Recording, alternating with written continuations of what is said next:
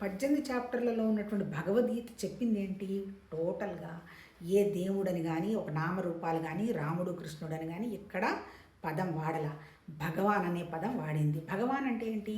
ఇప్పుడు మళ్ళీ చాలామంది మనం ఎక్కువ వింటున్నాం కదా! కాన్షియస్‌నెస్ ఇవాల్వ్ కావాలి, కాన్షియస్‌నెస్ ఇవాల్వ్ కావాలి. కాన్షియస్‌నెస్ అంటే ఏంటి? చైతన్య శక్తి, భగవతత్వ శక్తి. ఆ అన్నిటికీ మూలం ఆ పరమాత్మ తత్వ శక్తే. దానికి తప్ప ఇంకొకటి ఏమీ లేదు.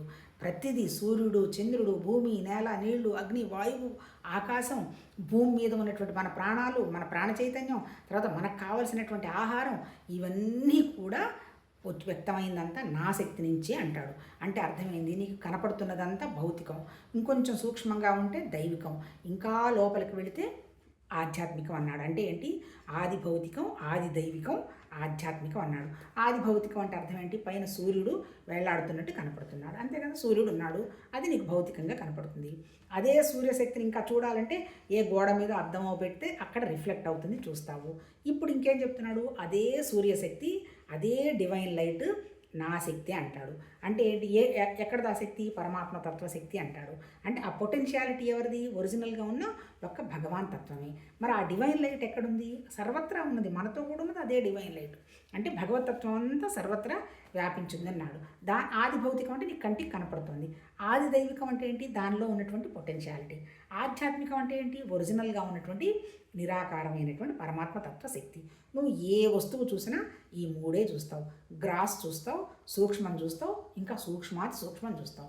ఇప్పుడు ఈ సూక్ష్మం అంటే, గ్రాస్ అంటే ఏంటి? మనకు కనపడుతున్నది భౌతికం. మళ్ళీ సూక్ష్మం అంటే ఏంటి? నీ దగ్గర ఉన్నటువంటి ప్రాణశక్తి, జ్ఞానశక్తి, మానసిక శక్తి, ఈ రెండు కలిపి నీ భౌతికంగా వ్యక్తమవుతుంది. అందుకని ఇప్పుడు సూర్యుడిని, చంద్రుడిని ఏం చెప్తున్నాడు భగవద్గీత 15వ చాప్టర్లో? సూర్యుడిలో ఉన్నటువంటి తేజస్సు నాదే, నీ దగ్గర ఉండి కూడా అదే తేజస్సు, అది నాదే. చంద్రుడిలో ఉన్నటువంటి మనసు ఎవరిది? నాదే. అంటే ఏంటి? ఇప్పుడు మనం చూడండి, అమావాస్యకి పౌర్ణానికి నీళ్లు గోలగోలుగా అవుతూ ఉంటాయంటారు. అంటే ఏంటి? మనసు పనిచేస్తూ ఉంటుందంటారు, చంద్రశక్తి. ఇప్పుడు తెల్లవారు నిద్ర లేచింది మొదలు పగలంతా మనం పనిచేస్తాం, సూర్యతత్వం నడుస్తూ ఉంటుంది. అందుకని ముక్కుకి ఒకటే రంధ్రం పెట్టి ఉండొచ్చు కదా, 2 రంధ్రాలు పెట్టాడు. అంటే ఏంటి? తెల్లవారిందంతా కూడా సూర్యనాడి నడుస్తూ ఉంటుంది, అంటే మనం పనిచేస్తాం. చంద్రనాడి రాత్రి అయ్యేటప్పటికి మనసు ప్రశాంతం అవుతుంది, నిద్రపోతాం ఎప్పుడన్నా. అందుకని దానికి మన ఋషులు వాళ్ళ అనుభవానికి తెచ్చుకొని, ప్రాణాయామం అంటే ఏం లేదబ్బా, మనసుని బ్యాలెన్స్ చేయటం.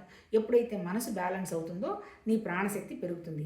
మన ప్రాణశక్తిని పెంచుకోవటానికి ఎన్ని మార్గాలు కావాలో అన్ని మార్గాలు చెప్పారు మన జీవన విధానంలో. పొద్దున్నే నిద్ర లేవమన్నారు, బయోక్లాక్ లాగా పనిచేయమన్నారు, నీ ప్రాణశక్తిని పెంచుకోమన్నారు. అంటే ఏంటి? నువ్వు తెల్లవారి పెందలాడే పడుకోమన్నారు. ఇవన్నీ కూడా ఏంటి?